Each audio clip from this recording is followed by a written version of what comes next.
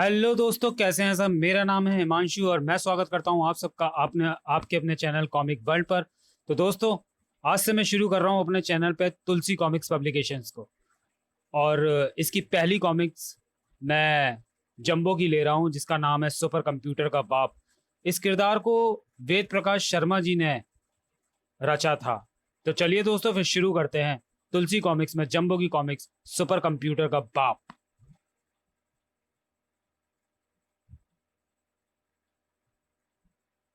अरे वेद, तुम यहाँ मेरे घर?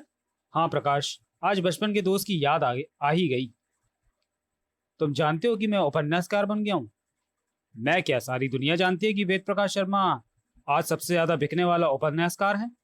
मगर मैं एक मुसीबत में फंस गया हूँ। कैसी मुसीबत? मेरी दो बेटियों के नाम हैं करिश्मा और गरिमा।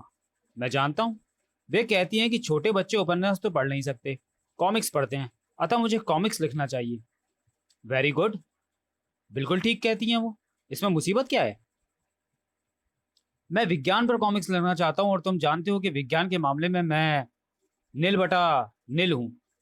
जबकि तुम आज देश के बहुत बड़े वैज्ञानिक हो। सो तो हूँ, मगर तुम मुझसे चाहते क्या हो? विज्ञान से संबंधित कोई रोचक कहानी सुनाओ। ओ, अब तुम्हारी चालाकी समझ में आई। कहानी मुझसे सुनोगे और उस पर कॉमिक्स बनाओगे अपने नाम से। तुम्हारा नाम भी दे दूंगा, मगर कहानी तो सुनाओ। कहानी तो नहीं, मगर मैं तुम्हें एक सच्ची घटना सुना सकता हूँ। सच्ची घटना? हाँ, तुमने अखबारों में पढ़ा होगा। डॉक्टर भावा ने 3 साल के परिश्रम के बाद एक बहुत ही चमत्कारी आविष्कार किया था। कहीं तुम जम्बू की बात तो नहीं कर रहे हो? बिल्कुल ठीक समझे। मैं तुम्हें जम्बू के बारे में ही बताना चाहता हूँ।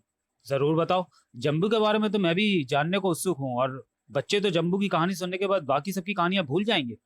तो सुनो। डॉक्टर S C भावा मेरे वैज्ञानिक गुरु थे। कुछ दिन पहले की बात है, उनके घर में उनकी पत्नी सुषमा और बेटा बंटी बातें कर रहे थे। पापा कहाँ है मम्मी? 1000 बार बता चुकी हूँ बेटा। बेटी, तेरे पापा प्रयोगशाला में हैं। मगर वह दरवाजा कभी खुलता क्यों नहीं? पापा बाहर क्यों नहीं आते? वो काम कर रहे हैं बेटा। काम खत्म हो जाएगा तो अपने आप को कब तक धोखे में धोखा देती रहोगी मालकिन? क्या मतलब रहीम? मालिक को प्रयोगशाला में गए 3 साल गुजर गए, तब से आज तक कमरे का दरवाजा 1 सेकंड के लिए भी नहीं खुला। क्या तुझे याद नहीं रही 3 साल पहले क्या हुआ था? मुझे याद है मालकिन। सुबह का वक्त था, मालिक अखबार पढ़ रहे थे। नहीं नहीं, ऐसा नहीं हो सकता। क्या हुआ आपको? यह प्रधानमंत्री का अपमान है, भारत की बेइज्जती है। मैं ऐसा नहीं होने दूंगा। हुआ क्या है मालिक? मैं कसम खाता हूं, अमेरिका सहित सारी दुनिया को भारत के कदमों में लाकर डाल दूंगा। आप बताते क्यों नहीं, आखिर बात क्या है? प्रयोगशाला। मैं प्रयोगशाला में जा रहा हूँ सुषमा। आप केवल तभी बाहर निकलूंगा जब ऐसा कुछ कर लूंगा जिसे देखकर सारी दुनिया भारत के सामने नतमस्तक हो जाए। रुकिए तो सही। सर सुनिए। तो मुझे डिस्टर्ब नहीं करोगी शर्मा? सुषमा, तुम्हें बंटी की कसम है, जब आना होगा खुद बाहर आऊंगा। शांत रहें, डिस्टर्ब ना करें। भाग।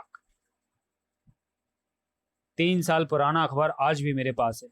1000 बार उसे पढ़ चुकी, परंतु न जान सकी कि कौन सी खबर पढ़कर उन्हें इतना गुस्सा आया। मगर मालकिन, मैंने कई बार प्रयोगशाला की बंद खिड़की से कान लगाकर सुनने की कोशिश की। हर बार मुझे मालिक के अलावा भी एक और आवाज सुनाई दी। क्या कहना चाहते हो? प्रयोगशाला में मालिक के साथ कोई है। मालिक उससे अजीब अजीब बातें करते हैं तभी। मालिक? मेरा बेटा? भगवान का शुक्र है आप बाहर तो निकले। मगर मेरा काम अभी पूरा नहीं हुआ है सुषमा। बताइए तो सही, आप कर क्या रहे हैं? अभी मैं किसी को कुछ बताना नहीं चाहता, अपनी पत्नी को भी नहीं। तुम जाओ रहीम। जो हुक्म मालिक। आओ सुषमा, मैं तुम्हें तुम्हारे एक और बेटे से मिलाता हूँ। एक और बेटे से? आओ तो सही। यह है तुम्हारा एक और बेटा है सुषमा। ये मेरा बेटा? अपने कपड़े उतारो जम्बू। जम्बू ने अपने सारे वस्त्र उतार दिए।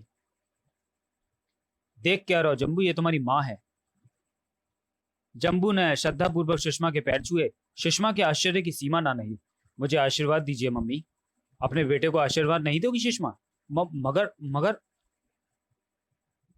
जब तक आप आशीर्वाद नहीं देंगी तब तक मैं आपके पैर नहीं छोड़ूंगा मम्मी जी। जीते रहो, जीते रहो। ये बंटी है जम्बू, तुम्हारा बड़ा भाई। हेलो भ्राताश्री।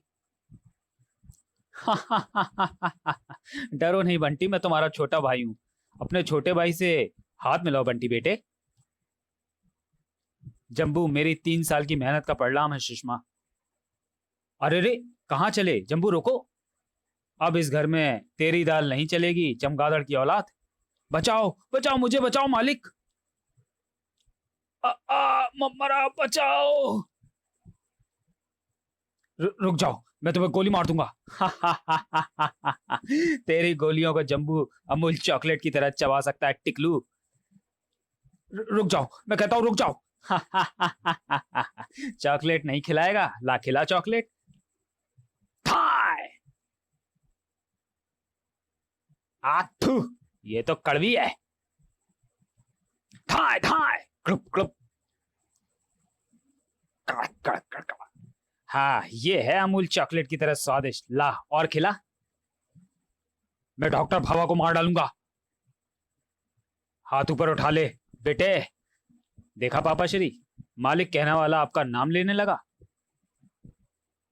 हाथ ऊपर उठाता या नहीं? उठाता हूं बच्चू, ले उठा लिए। जंबू के माथे पर बनी तीसरी आंख हरकत में आने लगी।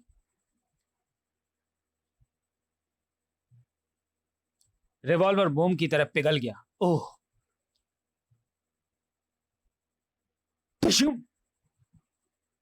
तुम। डॉक्टर भाभा एकाएक सोते से जागे दौड़कर रहीम के पास पहुंचे। ओह, ये तो मर गया जंबू। इसका मर जाना ही ठीक है पापा श्री। क्यों? यह अमेरिकी सीक्रेट सर्विस का जासूस था। जासूस? तुमने कैसे जान लिया जंबू की रहीम अमेरिकी जासूस है? पापा श्री ने मेरे अंदर ऐसा यंत्र फिट किया है जो 50 गज के घेरे में मौजूद किसी भी ट्रांसमीटर की फ्रीक्वेंसी को कैच कर लेता है। उस यंत्र ने मुझे बताया कि रहीम की जेब में एक ऐसा ट्रांसमीटर है जिसकी फ्रीक्वेंसी सीधी अमेरिका से जुड़ी है। बंटी को ना जाने क्या सूझा कि वह रहीम की जेबें टटोलने लगा। ये क्या है पापा? यही तो है, यही तो वह ट्रांसमीटर है भ्राताश्री, जिसकी वजह से मैं रहीम का रहस्य जान पाया। लाओ बंटी, ट्रांसमीटर मुझे दो। हेलो हेलो, हम अमेरिकी सीक्रेट सर्विस के चीफ बोल रहे हैं। मैं भारत से डॉक्टर भावा बोल रहा हूँ हरामजादे। क्या डॉक्टर भावा? हमने तुम्हारे जासूस को मार डाला है। ओह, और उस अपमान का बदला भी ले लिया जो 3 साल पहले तुम्हारे देश ने मेरे देश का किया था। कैसा अपमान? हमारे प्रधानमंत्री भारत की खुशहाली के लिए तुम्हारे देश से एक सुपर कंप्यूटर खरीदना चाहते थे, मगर तुम्हारे राष्ट्रपति ने इनकार कर दिया। यह मेरे देश का अपमान तो और नहीं था, नहीं तो और क्या था? मगर खबर पड़ते ही मैं पागल हो उठा और यह दृढ़ निश्चय करके प्रयोगशाला में घुस गया कि अब सुपर कंप्यूटर के बाप का आविष्कार करके ही बाहर निकलूंगा। सुनिए तो सही। और आज मैं बाहर निकला हूं। मैंने सुपर कंप्यूटर का बाप तैयार कर लिया है। उसका नाम है जंबू। जंबू को सुपर कंप्यूटर का बाप इसलिए कहता हूं क्योंकि जंबू में तुम्हारे सुपर कंप्यूटर से ज्यादा खासियत है। लेकिन मेरी बात तो सुनिए बको। शुरू में हमारे देश ने सुपर कंप्यूटर बेचने से इनकार जरूर किया था, परंतु बाद में बात मान ली थी। हमारे देश ने आपके देश को सुपर कंप्यूटर दे दिया है। अच्छा, जी हाँ। मुझे नहीं मालूम। मैं तो खबर पढ़ने के बाद प्रयोगशाला में बंद हो गया था। अब मेरे देश के तुम्हारे सुपर कंप्यूटर की जरूरत नहीं है। उसे धरकर चाटो। हमारे पास जंबू है। जंबू के करतब देखकर सारी दुनिया भारत के सामने नतमस्तक हो जाएगी। ऐसा? अभी जंबू में थोड़ी कमी है। उस कमी को दूर करने के बाद मैं जंबू को दुनिया के सामने लाऊंगा। बाय टाटा। 2 घंटे बाद अमेरिकी सीक्रेट सर्विस के ऑफिस में गुप्त मीटिंग। हम जंबू को पूरा नहीं होने देंगे सर। डॉक्टर भावा का जंबू अभी अधूरा है। अगर वह पूरा हो गया तो अमेरिका की नाक कट जाएगी। हमारे सुपर कंप्यूटर को कोई कौड़ियों के भाव भी नहीं पूछेगा। हम डॉक्टर भावा को मार डालेंगे, जंबू को खत्म कर देंगे। कैसे? भारत में हमारे बहुत से जासूस भी हैं और भारतीय अपराधियों के गिरोह भी। भारत के गद्दारों के पैसे से खरीद कर हम उनके हाथों भावा और जंबू को खत्म करा सकते हैं। यह ठीक रहेगा। भारत में ये लो 5 लाख रुपया। हमें डॉक्टर भावा और जंबू की लाशें चाहिए। मेरे गिरोह के लोग कल सुबह तक तुम्हें उनकी लाशें सौंप देंगे। Okay, thank you. इधर एक दिन डॉक्टर भावा की प्रयोगशाला में। बंटी को कोई चुटकुला सुनाओ जंबू। जो आज्ञा पिताश्री। क्या जंबू चुटकुले भी सुनाता है पापा? क्यों नहीं, सुनाओ जंबू। तो सुनिए। एक जगह 3 शराबी बैठे शराब पी रहे थे। तभी उनका दोस्त गणेशी आ गया। आओ आओ गणेशी, लेकिन यार चौथा चेयर तो है नहीं। फिलहाल तुम उस संदूक पर बैठ जाओ। ठीक है, मैं संदूक पर बैठ जाता हूँ। पैक बनाकर तीनों ने हाथ उठाए। चीयर्स चीयर्स चीयर छन। ओह, मैं संदूक पर बैठा हूं इसलिए ये तीनों अपनी चेयर्स को लेकर मुझे चिढ़ा रहे हैं। Cheers cheers cheers. गणेश को गुस्सा आ गया। उन्हें चिढ़ाने के लिए वह भी अपना संदूक उठाकर जोर से चीखा, संदूक संदूक। एक बात बताओ पापा। पूछो बेटे। जंबू तो कमाल की चीज है, मगर आप कह रहे थे कि ये अधूरा है। क्या अधूरापन है इसमें? मैं बताता हूं बंटी। तुम अभी मैं केवल वे हरकतें कर सकता हूं जो पापा श्री ने मेरे अंदर भरी है। उन्हीं सवालों के जवाब दे सकता हूं जिनके जवाब मेरे अंदर भर गए हैं। जबकि जबकि मैं चाहता हूं कि जंबू आदमी की तरह सोच सके, कल्पना कर सके और उन सवालों के भी जवाब दे सके जिनके जवाब इसमें नहीं भरे गए। अभी तक जितने कंप्यूटर बने हैं वे सब एक मशीन होते हैं, जबकि मैं चाहता हूं कि हमारा जंबू केवल मशीन बनकर ना रहे, इंसान की तरह दुख दर्द और खुशी भी महसूस कर सके। ऐसा कैसे हो सकता है पापा? अभी तक कोई तरकीब दिमाग में नहीं आई है, मगर मैं निराश नहीं हूं बेटे। एक ना एक दिन मैं अपने अंतिम लक्ष्य में भी कामयाब हो जाऊंगा। मगर बहुत रात हो गई है बंटी, मम्मी के पास जाकर सो जाओ। ओके पापा, बाय जंबू। अब तुम बताओ जंबू की 3 महीने तक भारत में मौसम कैसा रहेगा?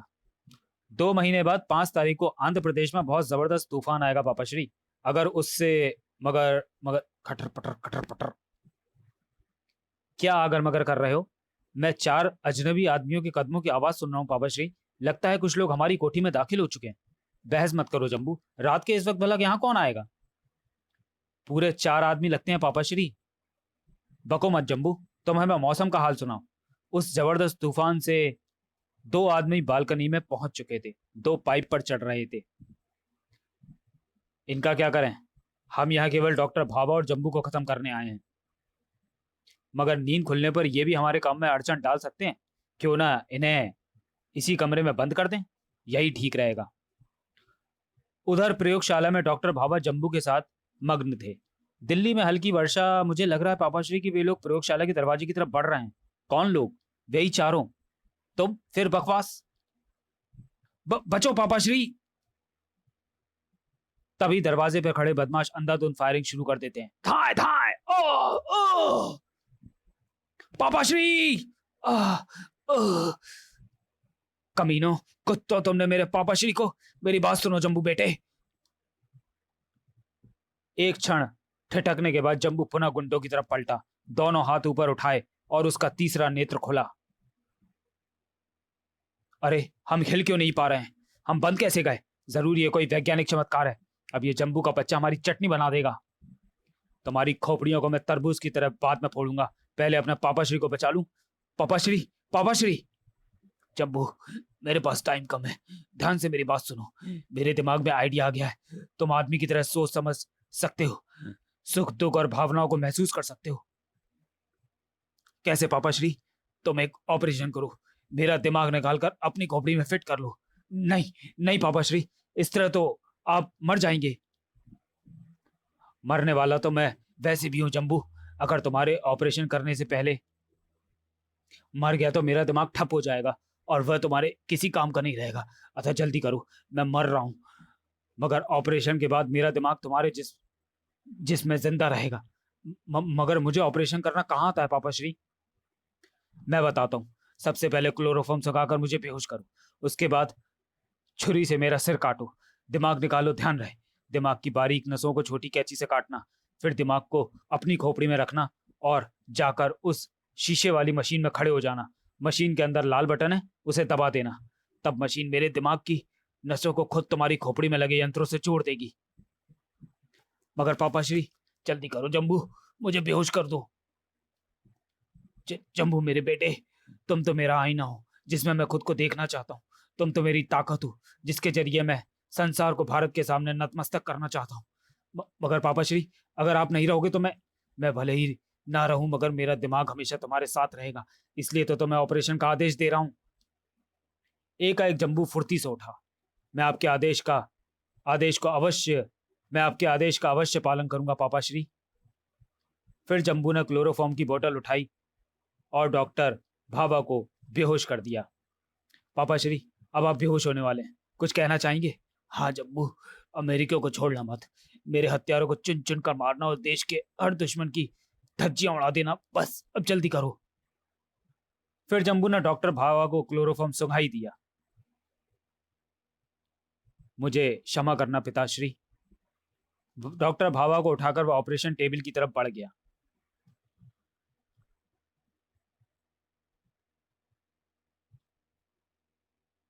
हे भगवान, यह कैसा अद्भुत ऑपरेशन है।